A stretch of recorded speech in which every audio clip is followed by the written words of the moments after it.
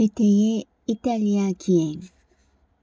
나한테 감사해야 할 것은 없어요 라며 그 가식 없는 사람은 호기롭게 말했다. 내 덕을 본 것은 없으니까 말이요.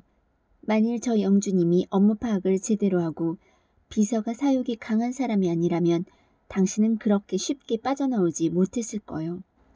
영주는 당신보다 더 당황스러워했고 비서 녀석은 당신을 체포해서 보고를 한다든지 베로나로 보낸다든지 해봤자 한 푼의 이익도 없다는 것을 재빨리 파악했습니다. 그래서 우리의 대화가 끝나기도 전에 벌써 당신은 자유로운 몸이 된 셈이었던 거요. 그 좋은 사람은 저녁 무렵에 나를 자기 포도원으로 초대하려고 데리러 왔다. 그곳은 호수가 내려다 보이는 아주 좋은 위치에 있었다. 15살 먹은 아들이 따라와서는 아버지가 잘 익은 포도송이를 고르는 동안에 나무에 올라가서 제일 좋은 열매를 따오는 일을 맡았다.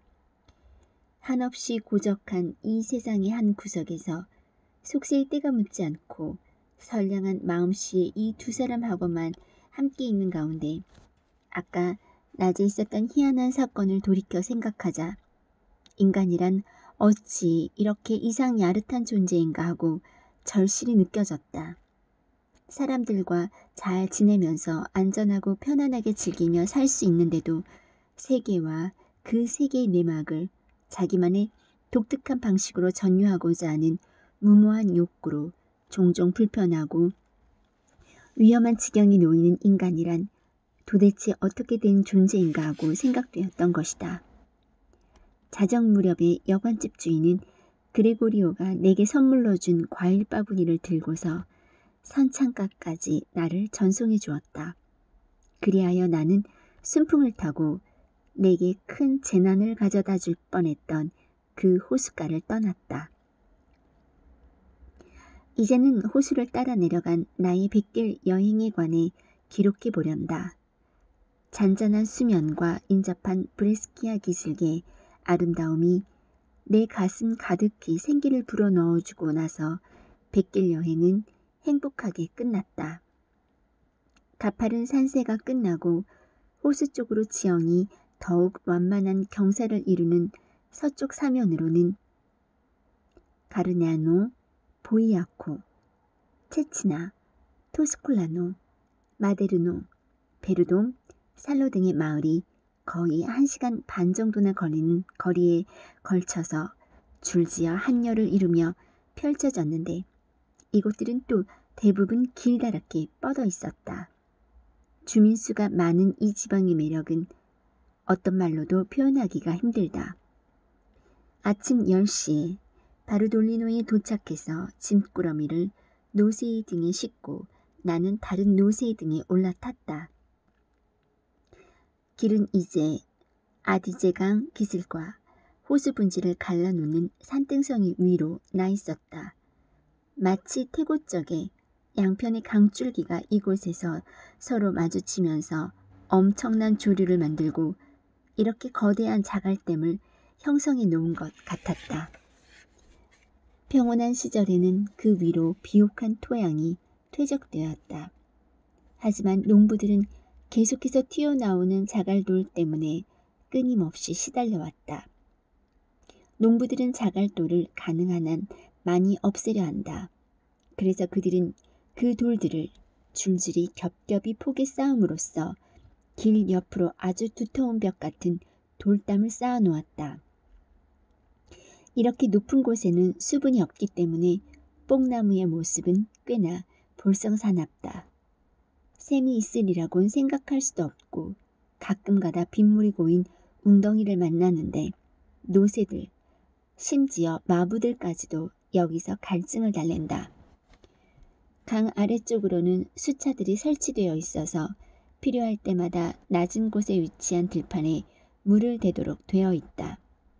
그러나 아래로 내려가면서 시야에 들어오는 새로운 주위 풍경의 장관은 이루 형언할 수 없을 정도이다. 높은 산과 가파른 암벽으로 둘러싸인 기슭에 아주 평평한 정원이 잘 정돈된 상태로 몇 마일씩이나 길다랗고 넓게 펼쳐져 있다. 9월 14일 1시경에 이곳 베로나에 도착하여 먼저 이 글을 쓰고 있다.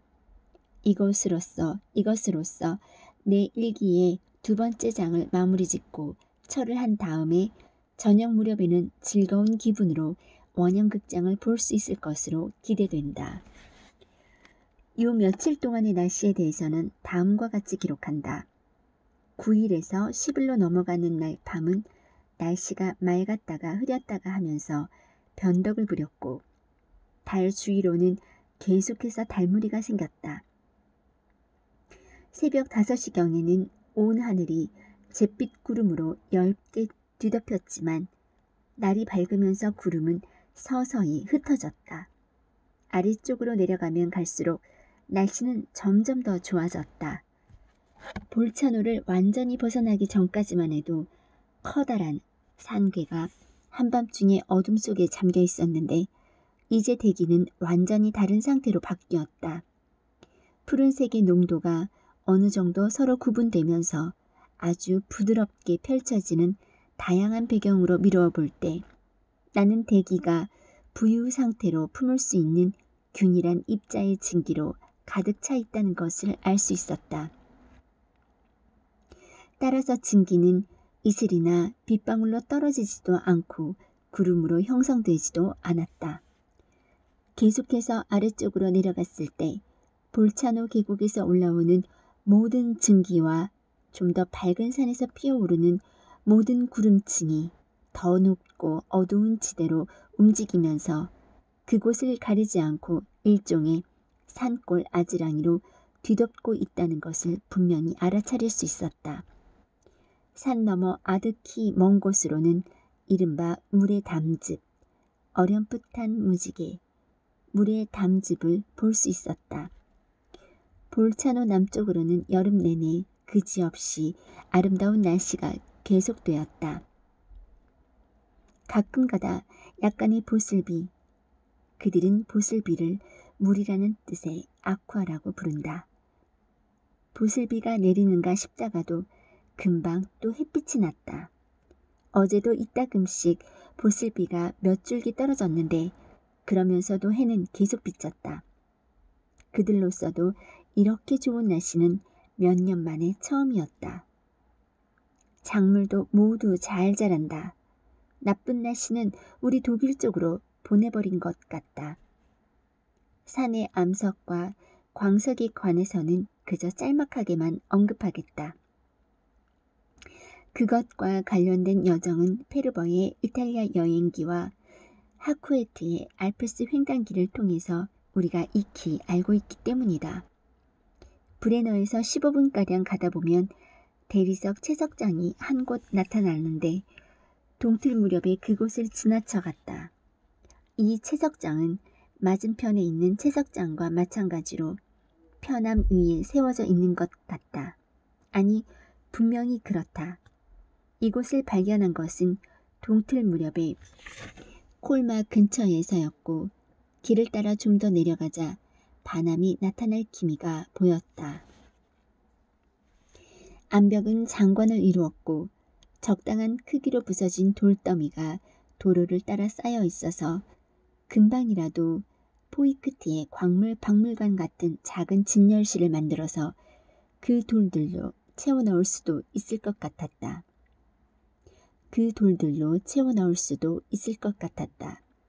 또한 크게 욕심부리지 않고 적은 양의 표본만 관찰하는 것으로 기꺼이 만족한다면 힘들지 않게 종류마다 한 개씩만 가져갈 수도 있을 것이다. 콜마 아래쪽으로 얼마 안 내려가서 금방 반암을 하나 발견했는데 그것은 똑같은 크기의 암판으로 쪼개져 있었다. 브론촐로와 에그나 사이에서도 비슷한 반암을 발견했지만 그곳의 암판들은 다시 수직 방향으로 갈라진다. 페르버는 그 암판을 화산 활동의 산물로 간주했지만 화산 폭발이 맹위를 떨친 것은 14년 전의 일이었다. 따라서 하쿠에트조차도 그러한 가설을 비웃었다.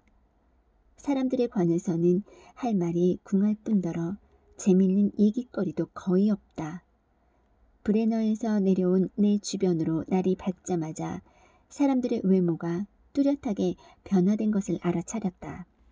그 가운데서도 여자들의 연갈색 계통의 창백한 안색이 특히 내 마음에 들지 않았다. 그들의 용모는 초췌한 느낌을 주었고 아이들도 마찬가지로 가엾은 모습이었다. 남자들은 그런대로 약간 괜찮아 보였는데 어쨌거나 기본 체격만큼은 상당히 균형 잡혀 있고 견실했다. 나는 그들의 병약한 상태가 터키산 옥수수와 메밀을 즐겨 먹은 데 있다고 생각한다. 그들은 누런 폴렌타와 검은 폴렌타라고도 부르는 옥수수와 메밀을 빻은 뒤 그 가루를 물속에 넣고 끓여서 걸쭉한 죽으로 만들어 먹는다. 저 너머의 독일인들은 가루 반죽을 다시 작게 떼어내서 버터에 튀겨 먹는다.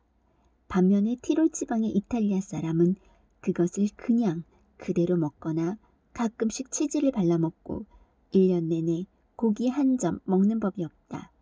그 같은 식사는 불가피하게 내장을 끈덕지게 하여 변비에 걸리게 만드는 것이 분명한데 아이들과 여자들의 경우에 특히 그렇다.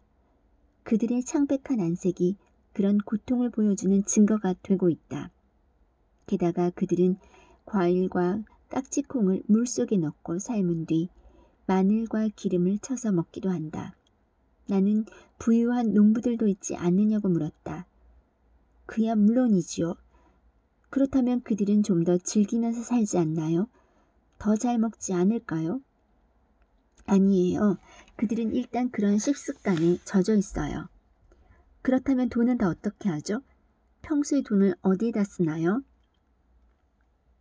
아, 그들에겐 그 돈을 다시 빼앗아가는 주인들이 있는걸요. 이것은 볼차노에서 묵었던 여관집 딸과 나누었던 대략적인 대화 내용이다. 또한 나는 그녀한테서 포도밭 주인들에 관한 얘기도 들었다. 가장 잘 사는 것처럼 보이지만 그들의 상황이 가장 열악하다는 것이었다. 그들은 도시 상인들의 수중에 놓여있기 때문이었는데 상인들은 흉년이 들면 포도밭 주인들에게 생활비를 빌려주었다가 풍년이 들면 헐값에 포도를 사들이는 것이었다. 하지만 그런 일은 어디에서나 벌어지는 상황이다. 그들의 음식과 관련된 견해를 뒷받침해 주는 것은 도시 여자들이 좀 더 건강해 보인다는 점이다. 예쁘장하고 토실토실한 소녀 같은 얼굴에다 체중이나 커다란 머리에 비해 몸집은 약간 좀 작았지만 가끔씩 정말 친절하고 호의적인 표정의 여자들과 마주쳤다.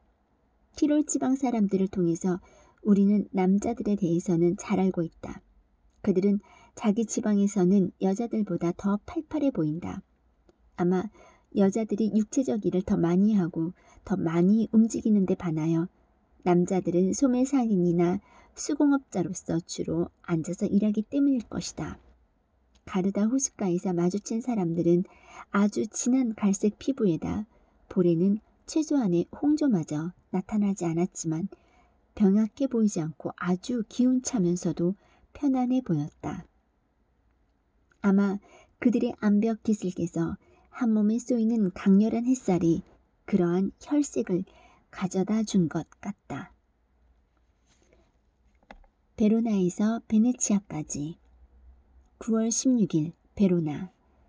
원형극장은 내가 본 위대한 고대 기념물 가운데 최초의 것이었다. 그리고 보존은 또 얼마나 잘 되어 있는지 원형극장 안으로 들어갔을 때 더욱이 그 위로 올라가서 가장자리로 돌아다녔을 때 나는 웅대한 것을 보고 있으면서도 사실은 아무것도 보이지 않는 듯한 이상한 느낌을 받았다. 또한 원형극장은 텅 비어 있을 때 구경할 것이 아니다. 최근에 요제프 2세와 피우스 6세에게 경의를 표하여 개최되었던 기념 행사 때처럼 사람들로 가득 차 있어야 할 것이다. 많은 군중을 눈앞에